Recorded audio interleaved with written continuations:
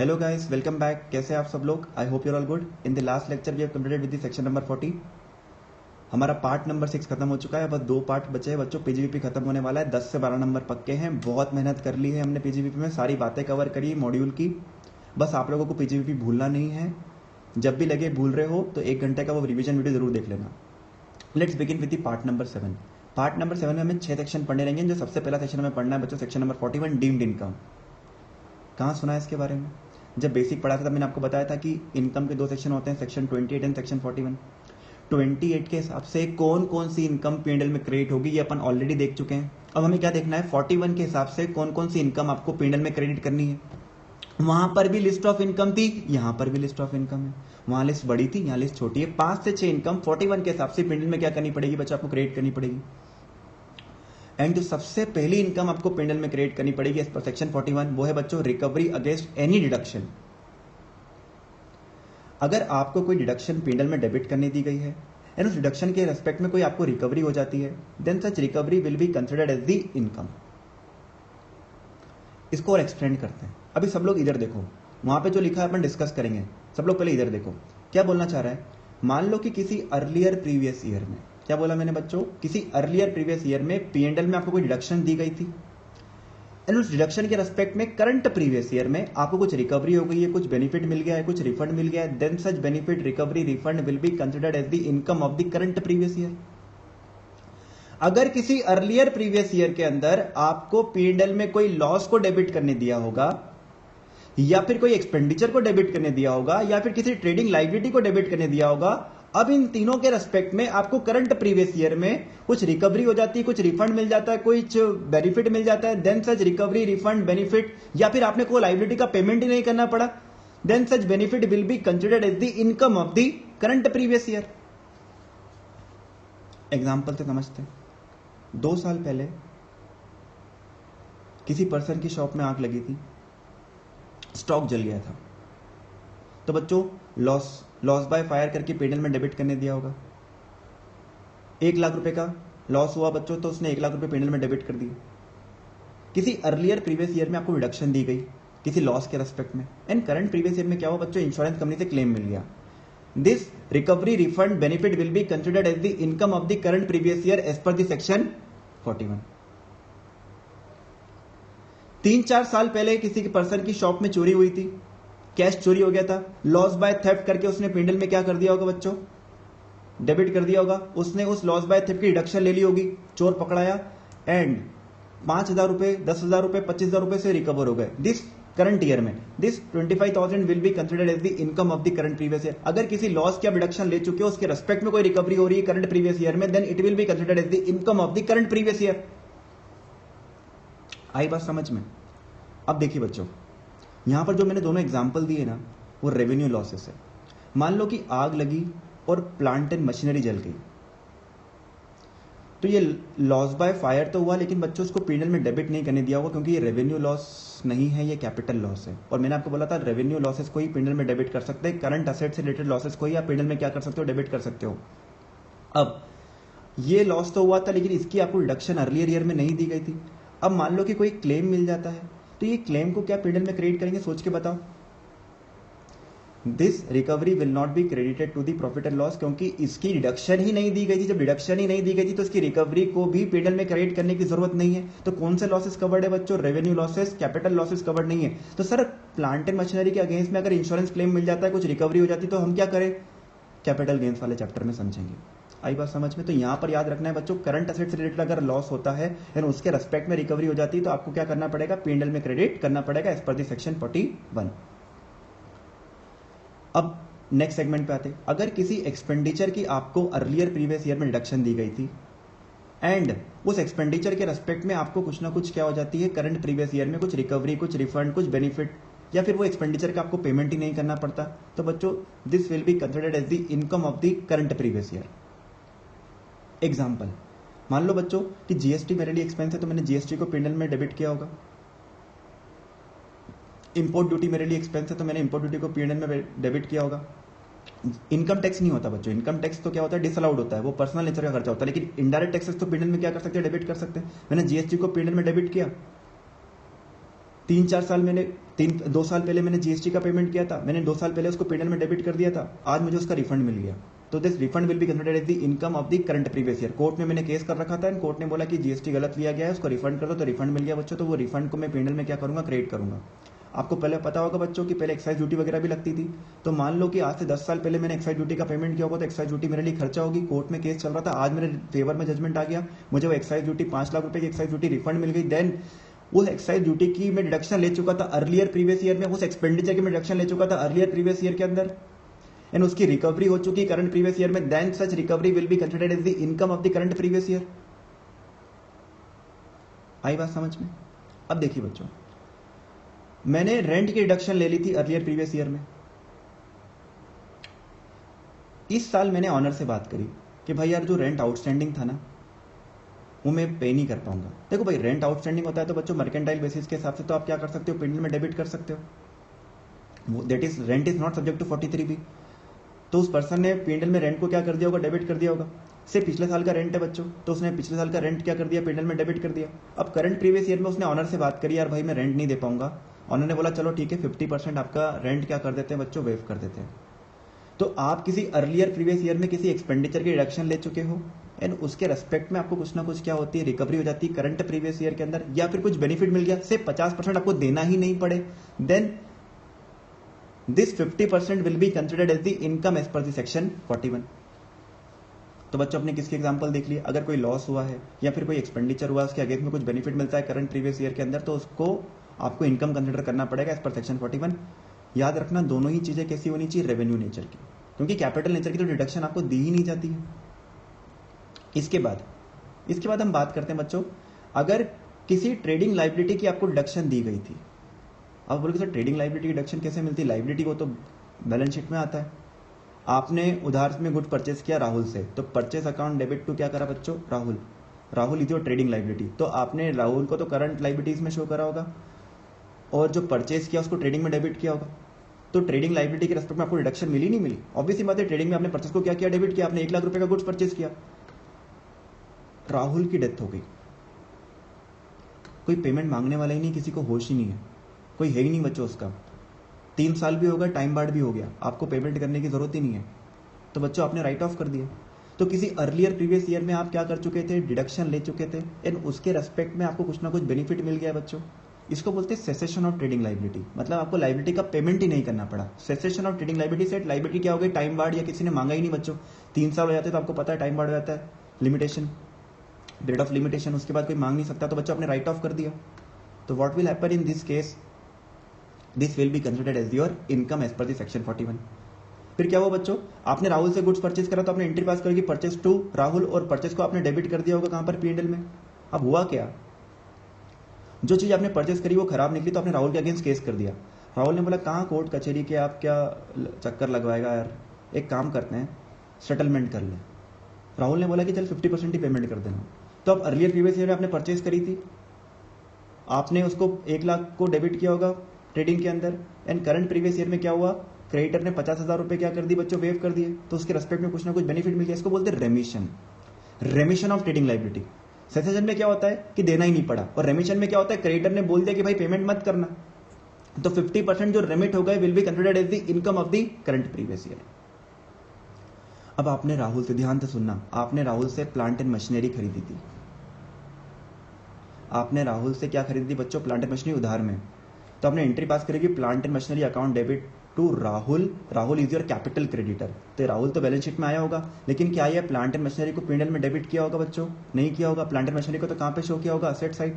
अब इसके रेस्पेक्ट में राहुल बोलता है रेमिटेंस, इसमें राहुल इसके रेस्पेक्ट में क्या बोल देता है बच्चों, राहुल बोलता है कि अब आपको नहीं देना है, प्लांट एंड मशीनरी खराब निकल गई, तो उसने बोला कि चलो ठीक है 50% क्या कर दिया बच्चों, वेव कर दिया, या सेसेशन ही हो गया इस लाइबिलिटी का, रेमिशन हो गया है, सेसेशन मतलब देना ही नहीं पड़ा, रेमिशन में उसने आपको पेमेंट देने से क्या कर दिया बच्चों, मना कर दिया, तो इसको पीएनएल में क्रेडिट नहीं किया जाएगा एज पर सेक्शन 41। सेक्शन 41 देखो क्या बोल रहा है, ट्रेडिंग लाइबिलिटी जो कि स्टॉक इन ट्रेड से रिलेटेड हो, जो कैपिटल एसेट से रिलेटेड हो, उसको यहां पर कंसिडर नहीं किया जाएगा। आई बात समझ में? तो बच्चों ये मैंने आपको एग्जाम्पल दिए थे कि अगर किसी लॉस का या किसी एक्सपेंडिचर का या फिर किसी ट्रेडिंग लाइबिलिटी की आपको रिडक्शन कहां पे दी गई है, अर्लियर प्रीवियस ईयर में, एंड उसके रेस्पेक्ट में आपको कुछ ना कुछ रिकवरी हो जाती है बच्चों। कहाँ पर? करंट प्रीवियस ईयर में कोई बेनिफिट मिल जाता है, या पेमेंट नहीं करना पड़ता, या सेसेशन ऑफ ट्रेडिंग लाइबिलिटी हो जाता है। टाइम बार्ड हो गया तो सेसेशन बोल दिया, सामने वाले ने देने से मना कर दिया तो रेमिशन बोल दिया, will be considered as the income of the current previous year. ठीक है। अब जैसे बच्चों, जैसे अगर ऐसा हुआ है कि लॉस बाय फायर हुआ है, इस साल ही हुआ है, करंट ईयर में ही हुआ है ना, लॉस बाय फायर हुआ है और 1 लाख रुपए का लॉस बाय फायर हुआ और आपको इस साल ही इंश्योरेंस क्लेम मिल गया, तो आपका लॉस, जैसे आपको 80,000 का इंश्योरेंस क्लेम मिल गया, तो आप पेंडल में लिखोगे कितना बच्चों? 20,000 का ही लॉस लिखोगे ना। तो याद रखना, मतलब करंट ईयर में भी रिकवरी होती है, तो आपको क्या करना है, खर्चे को कम करके ही लिखना है। आपकी दुकान में चोरी हो गई, अब करंट ईयर की बात कर रहे हैं अपन ने, अभी किसकी बात करी? अर्लियर की बात करी कि अर्लियर ईयर में डिडक्शन मिली थी। आपकी दुकान में चोरी हो गई इस साल 50,000 रुपए, लेकिन चोर को पकड़ लिया, कल ही पकड़ लिया, अगले दिन ही पकड़ लिया, और 30,000 रुपए रिकवर भी कर लिया उसे, तो नुकसान कितने का हुआ बच्चों? 20 का। तो पेंडल में लिखोगे कितने का? 20 का। लेकिन ये प्रोविजन किस पे फोकस कर रहा है? ये प्रोविजन फोकस कर रहा है कि किसी अर्लियर ईयर में आप डिडक्शन ले चुके थे और उसके रेस्पेक्ट में करंट प्रीवियस ईयर में कुछ ना कुछ बेनिफिट मिल गया है, तो बच्चों फिर आपको क्या करना पड़ेगा? पेंडल में क्रेडिट करना ही पड़ेगा। आई बात समझ में? अब एक बार सेक्शन को बच्चों रीड कर लेते हैं। Condition number 1, in any of the earlier years a deduction was allowed to the taxpayer in respect of any loss expenditure. कैसे लिखो? और ब्रैकेट में क्या लिखा बच्चों? बेसिकली रेवेन्यू और trading liability related to the working capital incurred by the SSC, and during the current previous year the taxpayer has obtained a refund और benefit in any other manner, या फिर has obtained some benefit by the way of cessation और remission, writing off such trading liability. Cessation का मतलब मैं बता चुका हूं, टाइम बार्ड हो गया तो सेसेशन बोल दिया, सामने वाले ने देने से मना कर दिया तो बच्चों क्या हो गया? सामने वाले ने पेमेंट लेने से मना कर दिया तो बच्चों वो क्या हो गया? आपका रेमिशन। आई बात समझ में? तो such benefit will be considered as the income of the current previous year. आई बात समझ में? अब देखिए बच्चों, इसमें हमें और भी आगे जाके पढ़ना है। अगर मान लो कि जैसे स्टॉक इन ट्रेड आपका जल गया था, लॉस बाय फायर हो गया था, एंड इंश्योरेंस क्लेम आपको जब मिला तब आपका बिजनेस ही एग्जिस्ट नहीं करता है, बिजनेस ही बंद हो गया बच्चों आप लोगों का, तब क्या होगा? तो बच्चों ये बोल सेक्शन 41 तब भी अप्लाई होगा, आपका बिजनेस एग्जिस्ट हो या नहीं हो, डज नॉट मैटर। अगर आपको इस साल आपको इंश्योरेंस क्लेम मिलता है तो that will be considered as the income. Current year की इनकम 41 के हिसाब से आपको पेंडल में क्रेडिट करना ही पड़ेगा, भले ही आपका बिजनेस बंद हो चुका है, लेकिन इसे पीजीबीपी की इनकम कंसिडर करना पड़ेगा। आई बात समझ में? फिर देखो, कभी कभी ये भी हो सकता है बच्चों कि अमलगमेशन हो चुका है, डीमर्जर हो चुका है, तो what will happen in this case? अगर ये बेनिफिट किसको मिलता है बच्चों? न्यू कंपनी को, दैट इज अमलगमेटेड कंपनी को मिलता है या डिमर्ज्ड कंपनी को मिलता है, तो भी बच्चों सेक्शन 41 के हिसाब से क्या रहेगा? इनकम रहेगा। फिर 41 ने यह भी बोला कि मान लो कि उस बिजनेस का सक्सेशन हो चुका है, फादर का बिजनेस था, फादर के बाद उस बिजनेस किसके पास चला गया बच्चों? सन के पास, तो ये सारा बेनिफिट जो है किसको मिला है बच्चों? सन को मिला है, तो भी सेक्शन 41 सबसेक्शन 1 क्या, सेक्शन 41 क्या हो जाएगा बच्चों? अप्लाई हो जाएगा। This is section 1 subsection 1। तो ठीक है बच्चों, तो ये वाला बेनिफिट सन को भी क्या करना पड़ेगा? अपने पीडल में क्रेडिट करना पड़ेगा। ये वाला बिजनेस आपने किसी को बेच दिया, देखो बच्चों जब बिजनेस बेचते तो क्या होता है? सारी असेट्स चलेगी, सारी लाइबिलिटीज भी चलेगी। तो राहुल का बिजनेस था, उसमें असेट्स थी, लाइबिलिटीज थी, उसने पूरा बिजनेस क्या कर दिया बच्चों? बेच दिया। अब हुआ क्या? लाइबिलिटी में क्रेडिटर्स भी गए होंगे, और मान लो कि जिसने खरीदा उसने अपने क्रेडिटर से बात करी कि देखो यार बहुत नुकसान हो रहा था, राहुल ने तो बिजनेस बेच दिया, मैं चलाने की कोशिश कर रहा हूं, तो आप थोड़ी सी हेल्प कर दीजिए, अब ये आप अपना पेमेंट लेना कम कर दीजिए। तो क्रेडिटर ने रेमिट कर दिया बच्चों पेमेंट। तो what will happen in this case? ये बेनिफिट अब किसको मिला है? खर्चा तो किसने बुक किया था? प्रीवियस ऑनर ने, लेकिन बेनिफिट किसको मिला है? करंट ऑनर को। Does not matter, does not matter. Section 41 के हिसाब से उसको क्या करना पड़ेगा? अपने पीडल में क्रेडिट करना पड़ेगा। तो चाहे बिजनेस आपने बंद कर दिया हो या बिजनेस का ट्रांसफर हो चुका हो, सक्सेशन हो चुका हो, अमलगमेशन हो चुका हो, डीमर्जर हो चुका हो, अगर ये बेनिफिट किसी और को मिलता है तो सेक्शन 41 के हिसाब से उसको अपने पीडल में क्रेडिट करना ही पड़ेगा। आई बात समझ में बच्चों? अब एक और एक बात, अगर आपने टर्म लोन लिया है, टर्म लोन लिया है, तो लोन लेने की एंट्री क्या पास करते बच्चों? Loan account debit to cash. अब मान लो कि बैंक ने वो लोन वेव कर दिया, तो ये टर्म लोन का वेवर है ना, ये 41 कवर नहीं करता बच्चों। ये 41 क्या होगा बच्चों? कवर्ड नहीं करेगा। टर्म लोन का जो वेवर है वो सेक्शन 41 कवर नहीं करेगा। तो इसको P&L में क्रेडिट करने की जरूरत नहीं है, क्योंकि इसकी डिडक्शन आपको दी नहीं गई थी। जब डिडक्शन नहीं दी गई थी तो बच्चों फिर कोई बेनिफिट भी P&L में क्या नहीं किया जाएगा, क्रेडिट नहीं किया जाएगा। तो याद रखना, waiver of term loan will not be considered as the income. लेकिन अगर आपने वर्किंग कैपिटल लोन ले रखा है, बहुत ध्यान से सुनना बच्चों, अगर आपने क्या ले रखा है, वर्किंग कैपिटल लोन, ये वर्किंग कैपिटल लोन किसके लिए मिलता है बच्चों, करंट असेट करंट लाइबिलिटीज के लिए मिलता है। तो अगर आपने वर्किंग कैपिटल लोन ले रखा है और उसका वेवर हो जाता है, तो बच्चों स्पेसिफिकली बोला गया है कि waiver of this working capital loan will be considered as the income of the current previous year. मैंने किसी बैंक से लोन लिया था, वर्किंग कैपिटल लोन CCOD लिया था बच्चों, एंड उसका बैंक ने क्या कर दिया बच्चों, वेवर कर दिया, then that will be considered as the income of the current previous year. लेकिन मैंने बैंक से टर्म लोन लिया था, तो टर्म लोन लिया था बच्चों, तो टर्म लोन का वेवर होता है तो उसको P&L में क्रेडिट नहीं किया जाएगा। आप लोगों के सामने कुछ एग्जांपल से बच्चों रीड आउट कर देता हूं। Example number 1, cashier miss appropriated the cash 40,000, later on 10,000 recovered from him, then such receipt will be considered as the income ना। ये आपको लॉस P&L में डेबिट करने दिया गया होगा और अब आपको वो रिसीव हो चुका है, तो it will be considered as your income. Loss of stock by fire 1 lakh, in the later year insurance claim received 80,000 will be considered as the income. ये आपकी इनकम कंसिडर कर लिया जाएगा, क्योंकि लॉस की डिडक्शन आपको अर्लियर प्रीवियस ईयर में दी गई होगी। Taxes allowed as a deduction, later on claim as a refund, मैंने GST का एग्जांपल दे दिया, आपको एक्साइज ड्यूटी का एग्जांपल दे दिया था बच्चों, will be considered as the income. Rent interest allowed as a deduction, later on waived will be considered as the income.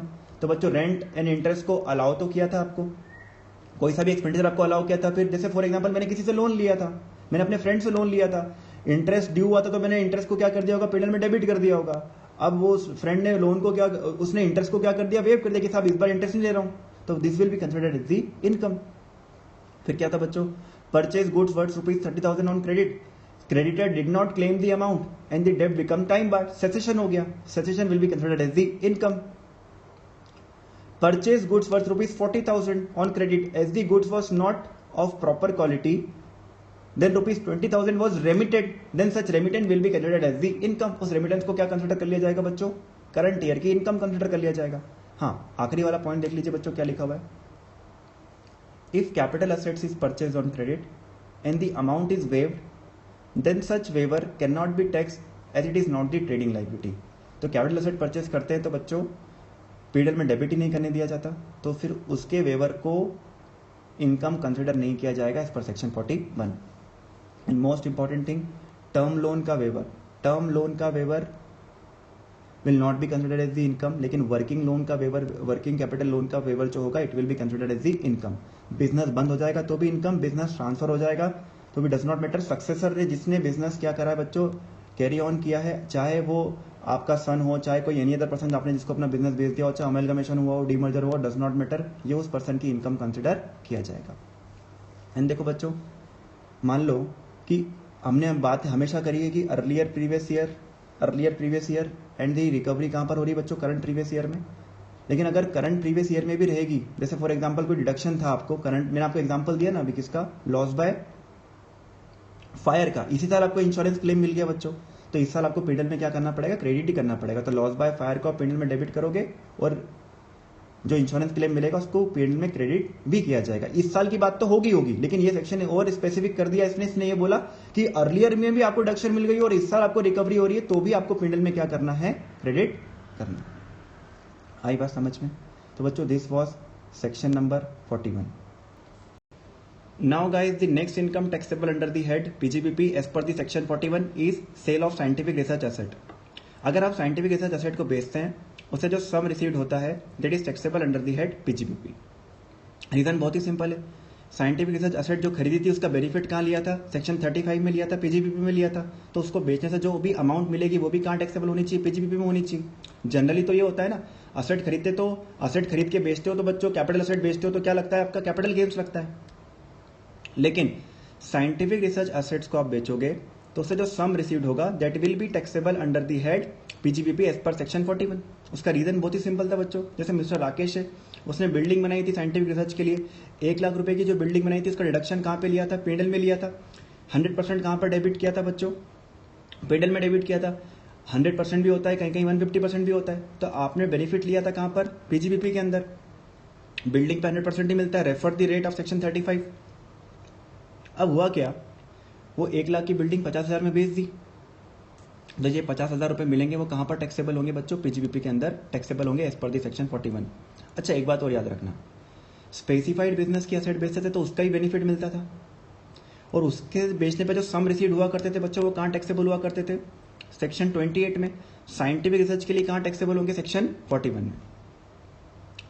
लेकिन सेक्शन 41 ने एक फॉर्मूला दे दिया, कितनी इनकम कंसिडर करी जाएगी, amount of income to be consider. 28 ने बोला था कि any sum received will be considered as the income. यहां पर उन्होंने फॉर्मूला दे दिया कि कितनी इनकम को पीएनएल में क्रिएट करना है। तो amount taxable equal to the amount of deduction और the sale price whichever is lower. I repeat my word, amount of deduction और the sale price whichever is lower. Scientific research के लिए building बनाई 1 लाख रुपए की, deduction कितनी मिली बच्चों? 1 लाख, और बिल्डिंग को बेच दिया कितने में? 50,000 में। तो कितनी इनकम कंसिडर की जाएगी? Income equal to sale price यानी 50,000 और अमाउंट ऑफ रिडक्शन यानी 1 lakh whichever is lower. तो पीडल में कितना क्रिएट करना पड़ेगा? 50,000। आपने साइंटिफिक रिसर्च की एसेट खरीदी, बिल्डिंग बनाई 1 लाख रुपए का डिडक्शन ले लिया आपने, और उस बिल्डिंग को 1,20 में बेच दिया। तो मुझे बताओ पीडल में कितना क्रिएट करेंगे? अगर ये 28 होता बच्चों, स्पेसिफाइड बिजनेस की एसेट होती, तो sum received will be considered as the income as per the section 28। लेकिन ये साइंटिफिक रिसर्च है बच्चों। 41 ने क्या बोल दिया? द सम रिसीव्ड यानी सेल प्राइस वो कितना है आपका? 1,20,000, और द अमाउंट ऑफ रिडक्शन यानी 1 lakh whichever is lower. तो 1,20,000 और 1 lakh whichever is lower. तो बच्चों 1 लाख पीडल में कितना क्रिएट करेंगे? सिर्फ और सिर्फ 1 लाख। अब जो 1 लाख से ज्यादा पैसा मिल गया है, जो 20,000 रुपए एक्स्ट्रा मिल गए बच्चों, वो कैपिटल गेन्स रहेगा। That will be considered as the capital gains. चलिए रीड कर लेते बच्चों क्या लिखा हुआ है इस पॉइंट में। Sale of scientific research asset, when capital asset related to the scientific research asset is sold without converting into the business asset, then the sale price or the amount of reduction whichever is lower will be considered as the income. The sale price or the amount of reduction whichever is lower will be considered as the income. अब देखिए क्या लिखा हुआ है, without converting into business asset. अगर mister Rakesh ने research के लिए बिल्डिंग बनाई, अब वो बिल्डिंग की रिडक्शन ले ली, अब उसको उसने बिजनेस में कन्वर्ट कर लिया, बिजनेस की असेट में कन्वर्ट कर लिया। तो बच्चों वो बिजनेस की असेट में कन्वर्ट होगी तो ब्लॉक में ऐड होगी, और साइंटिफिक रिसर्च ब्लॉक में किस वैल्यू पर ऐड होगी बच्चों? 0 पे, नील पर ऐड होती है। याद कर लो, एक्चुअल कॉस्ट में आपको मैंने बढ़ाया था। फिर बेचोगे, कन्वर्ट करने के बाद बेचोगे तो ब्लॉक में से मनी पेबल माइनस करना पड़ेगा। एक्चुअल कॉस्ट नील लेते हैं लेकिन मनी पेबल तो जो है वो माइनस करना पड़ेगा। तो जब वो ब्लॉक में ऐड हो जाएगी तो ब्लॉक की कहानी अप्लाई करना। आई बात समझ में? लेकिन अगर आपने उसको डायरेक्टली सेल कर दिया, मतलब बिजनेस की असेट में कन्वर्ट करे बिना, बिजनेस की असेट में कन्वर्ट करे बिना डायरेक्टली सेल कर दिया, तो ये पॉइंट अप्लाई होगा। और कितनी अमाउंट टैक्सेबल होगी? Amount taxable equal to the sale price और the amount of reduction whichever is lower. ठीक है बच्चों, तो मेरे एग्जांपल को याद रख लेना। 1 लाख रुपए की बिल्डिंग थी, 1 लाख की डिडक्शन मिली थी, और उसको कितने में बेच दिया बच्चों? 1,20 में बेच दिया। तो what will happen in this case? कितना टैक्सेबल होगा पीजीबीपी के अंदर? 1,20,000 और 1 lakh whichever is lower, तो 1 लाख। अच्छा, कभी कभी बिल्डिंग, अच्छा बिल्डिंग पे तो हमेशा 150, हमेशा कितनी मिलती है बच्चों? 100% की रिडक्शन मिलती है, 150% नहीं मिलती। अब कोई प्लांट एंड मशीनरी बेची बच्चों, अब 1 लाख की प्लांट एंड मशीनरी खरीदी थी, पीडल में कितना डेबिट किया होगा? या तो 1 लाख या तो 1.5 लाख। तो वो आप देख लेना, अमाउंट ऑफ रिडक्शन और जो बेचने में पैसा मिलेगा बच्चों विच एवर इज लोअर, उसको आपको क्या करना पड़ेगा? पीएनएल के अंदर क्रेडिट करना पड़ेगा। ठीक है, so this was the point number 2। हमारे सेक्शन 41 के साथ 2 पॉइंट हो चुके हैं बच्चों। नाउ तीसरा पॉइंट है बच्चों, recovery of bed debts. I think इसको हम सेक्शन 36 में क्या कर चुके हैं बच्चों? डिस्कस कर चुके हैं। रिकवरी ऑफ बेड डेब्ट्स कैसे टैक्सेबल होता है। जहां मैंने आपको बेड डेब्ट्स बनाया था बच्चों, वहां पर भी बताया था कि रिकवरी ऑफ बेड डेब्ट्स कैसे टैक्सेबल करना है।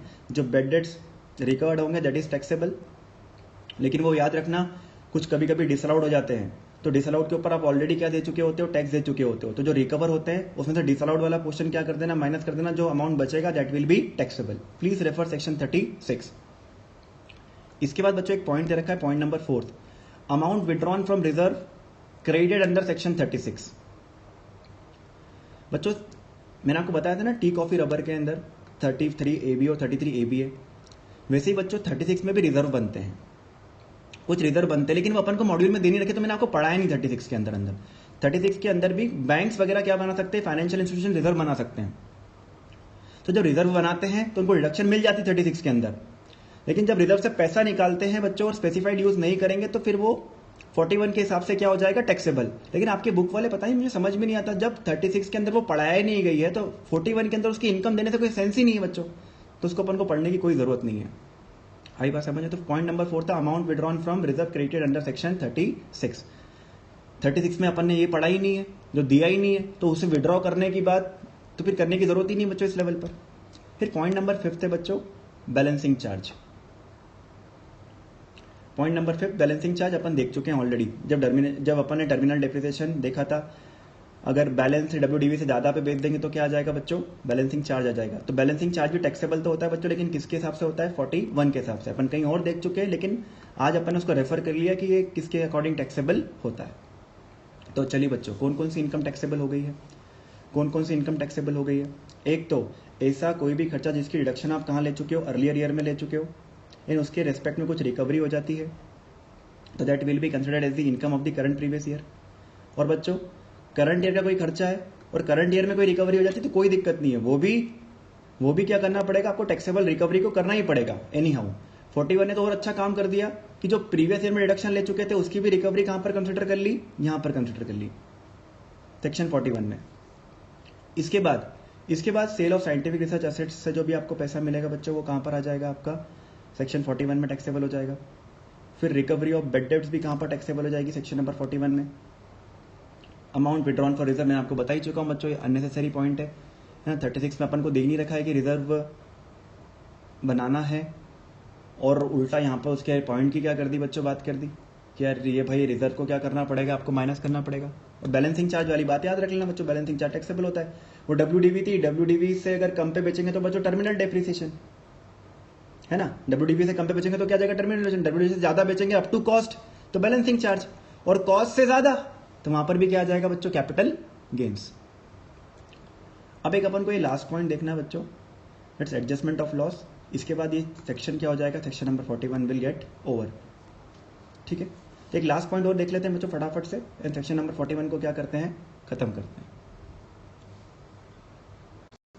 अब बच्चों सेक्शन नंबर 41 का लास्ट पॉइंट देख लेते हैं, और लास्ट पॉइंट को इनकम नहीं है, एक स्पेशल पॉइंट है, ये क्या बोलता है जरा समझो।